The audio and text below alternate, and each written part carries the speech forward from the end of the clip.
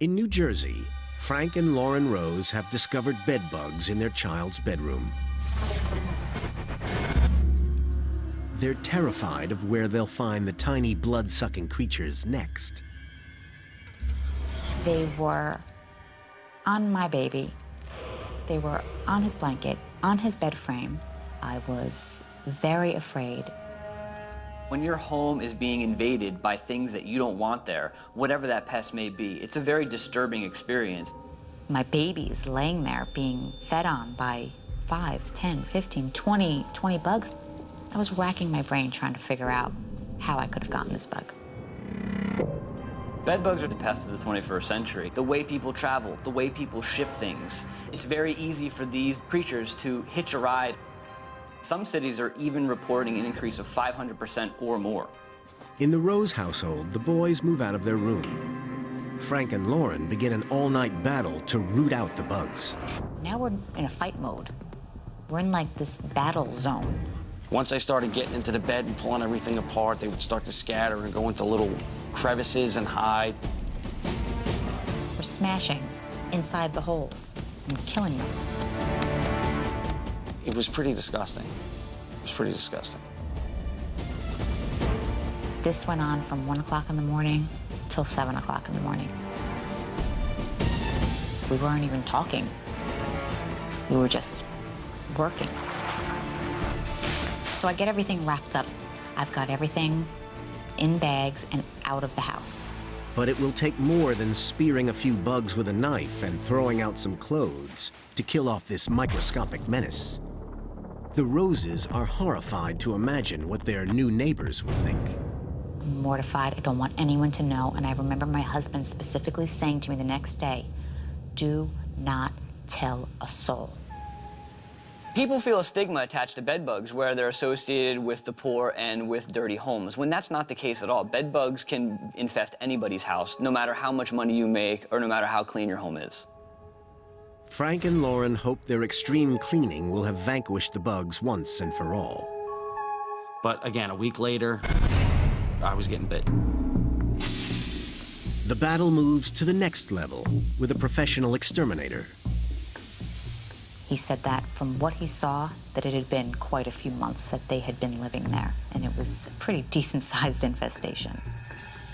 And once established, bed bugs can take over every corner of a room. As infestations grow, although they are primarily found associated with beds, they can be found in other areas, such as nightstands and alarm clocks, or radios, or even stuffed animals. The initial feeling was, we have someone here, they're gonna take care of our problem, this is gonna be over soon. We started to feel a little bit better at this point. Our bedrooms and the whole third floor is now quarantined off. Doors are closed, the whole third floor is off limits. The family moves downstairs while the infested upper level is sealed off. The next morning, Lauren is straightening up the makeshift beds in the living room when she finds a bed bug. It's dead. So we said, okay, it's all right. We found a dead one. And dead bugs don't bite. Lauren sounds the all clear. A common reaction that people have when they find bed bugs in the home is that they're going to go sleep in another room. But what's going to happen is that after a time, these bugs are going to follow you around the house wherever they have to go to find you. That can actually make the infestation much more difficult to treat.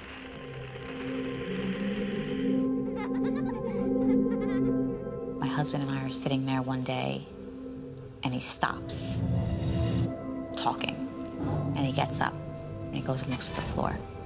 And he said, look. And there was one crawling across the kitchen floor.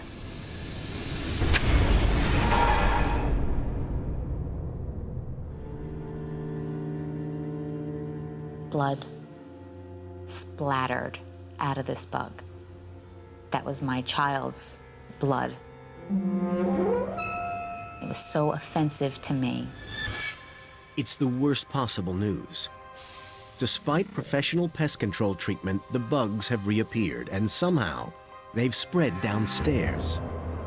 Immediately, our eyes went right to the sock monkey. It was one of his favorite things to play with, so it was always upstairs and downstairs, upstairs and downstairs.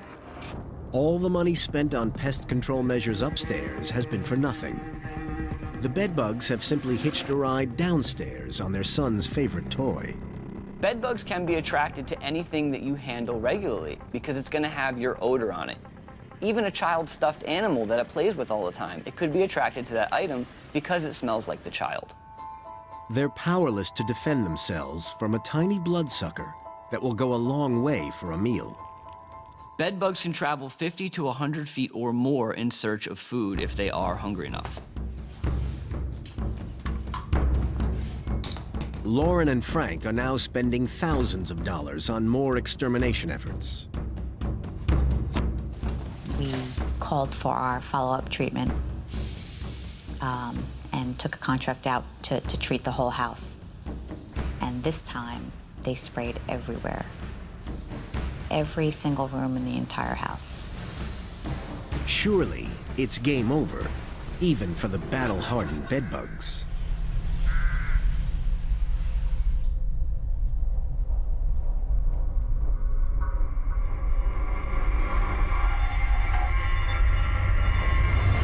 A week after the second treatment, the bites began again. It was horrible.